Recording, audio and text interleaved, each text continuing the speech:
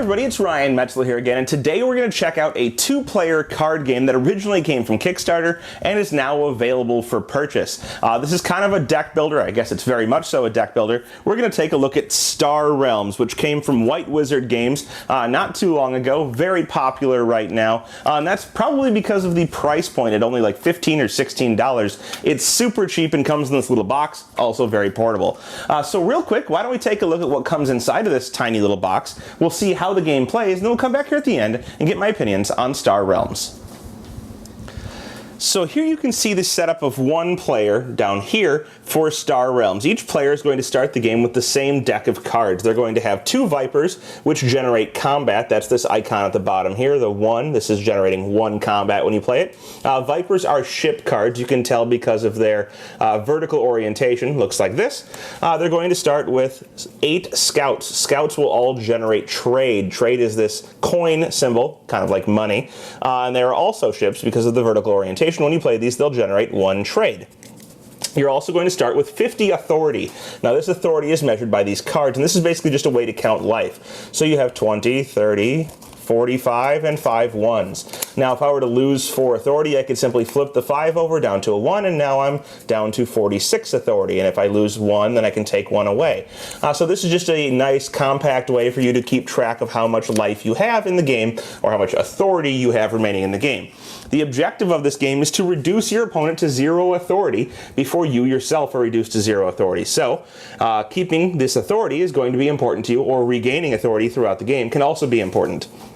On your turn, if you're the first player, you're actually only going to get 3 cards at the start of the game, but from each turn then on, you're going to get 5 cards. You'll have shuffled these up, and you're going to draw most turns 5 cards. As I said, if you're the first player on the first turn, you only get 3. But you're going to draw these, and you're going to have some combination at the start of the game of trade and of combat. Now ships, you're pretty much going to play all of them out on your turn, and you're going to get these until the end of the turn. So we'll see that for this turn I have 3 trade and 2 combat. With my 3 trade, I am allowed to buy cards from the center of the table, and each card has a cost in the upper right-hand corner, or if you're looking at one of the bases here, it's going to be kind of towards the bottom right if you have them oriented the same way as the ships, out in this central row of cards that you can buy from.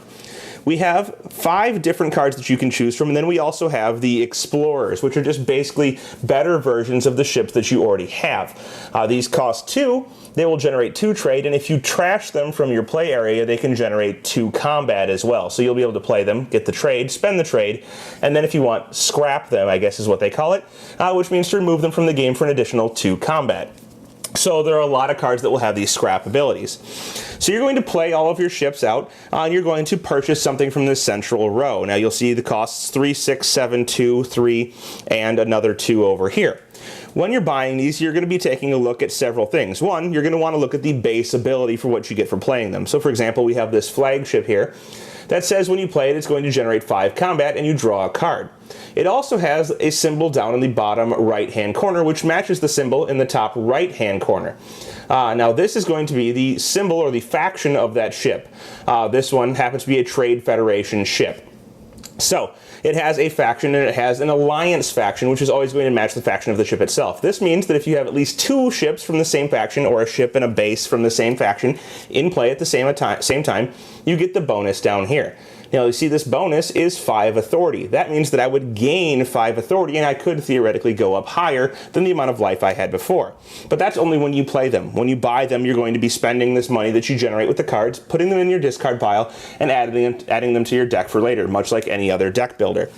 You are allowed to buy many of these cards at once if you would like. So if you have enough money, you can buy as many as you like, putting them in your discard pile.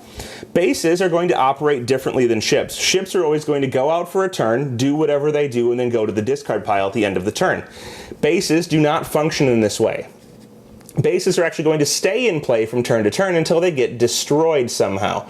This one is a blob base. You can tell by the icon right by my finger here. It costs 3 to buy, and every turn that it's out, it's going to generate 1 attack. If we can get it to focus here, it will generate 1 attack for whoever is playing it out into their area. Sorry, it doesn't seem to be focusing, but it generates 1 attack. You may scrap it for 3 trade, which you can use to spend if you decide that you need an extra 3 trade, but you'll see at the bottom right right-hand corner, it has a value, and that value is 5 in this case.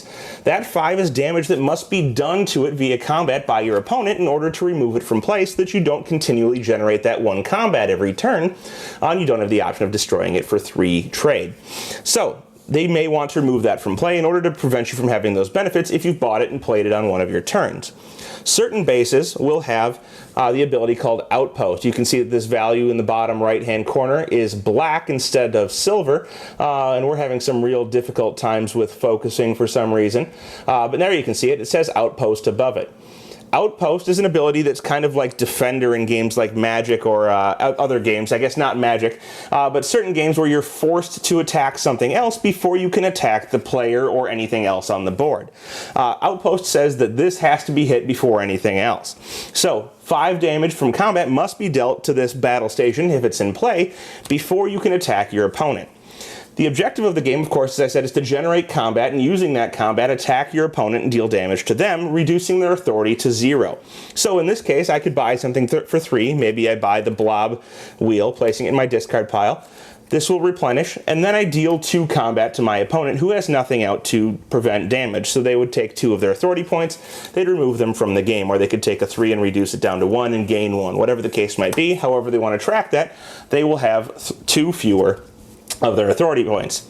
At this point, I would then clean up, putting everything in my discard pile, and then at the beginning of my next turn, I would draw a new hand. My opponent would then take their turn much in the same way, drawing 5 cards, taking their turn buying, and dealing damage either to me or bases I had in play, in order to prevent me from gaining more than they do in the terms of combat or trade to buy more ships or bases or whatever the case might be, and this will go back and forth throughout the game. You're going to want to make sure that you build a game that has a lot of alliances in the deck, a lot of ways to make sure that you have same faction ships and bases out in play to get those bonuses. But there's also an important aspect of knowing when to scrap your cards to get the bonuses from them, and doing so may give you that extra edge needed to deal a fatal amount of damage to your opponent, reducing them to 0 authority. That's basically it. Whoever best manages to build their deck throughout the game by buying cards from the central area, thin their deck out by removing cards they don't need or that can give them a benefit at the right time, and deal 50 or more through gain of life authority damage to their opponent will be the winner. And there you have it. That is Star Realms, a pretty simple 2-player deck builder game that takes a lot of rules and a lot of gameplay suggestions from Ascension, which was a very popular deck builder released not too long ago that kind of implemented a central area where players are sharing cards that they can buy. And this game basically has that exact same mechanism. If you watched the video, you're buying cards from a central area and then trying to match those cards up with cards that you already have in your deck to get some ally points in order to give you different benefits, and then you can trash your cards from your own area, sometimes for even more benefit.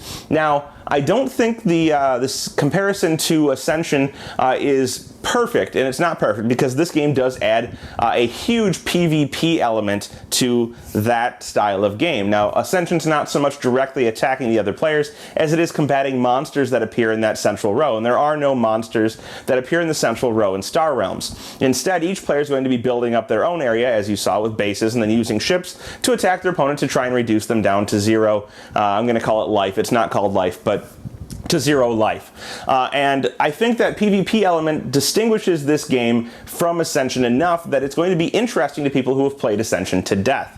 So if you're one of those people who's played a lot of Ascension and you're looking for something a little more combative, this is going to be an interesting option. On top of that, this game is much more portable than Ascension. Everything you need to play the game fits in this one little box for 2 players. There is a multiplayer option. I'll admit that I haven't played the multiplayer option because all I have is the 2-player standard set, but maybe it's good, maybe it's not. The 2-player game is pretty good, and I enjoyed it, especially for what it is. The fact that they've utilized cards, and they've included cards to allow you to keep track of your life is, I think, a nice touch. It lets everything fit into this tiny box and lets you take it wherever you go and want to play it. So all in all, despite the close proximity to the rules of Ascension, I think that this is a fun game that holds its own and is a great value for the low price point that you can currently get it for. If it sounds good to you, check it out. That's Star Realms. Thanks so much for watching the Dice Tower videos. Find more great videos and reviews, as well as our top-rated audio podcast at Dicetower.com. You can also find other great shows at Dicetowernetwork.com. I'm Eric Summerer, and you've been watching The Dice Tower. The Dice Tower is sponsored by Cool Stuff Inc., where you can find great games for great prices. Cool stuff in stock. Check them out at coolstuffinc.com.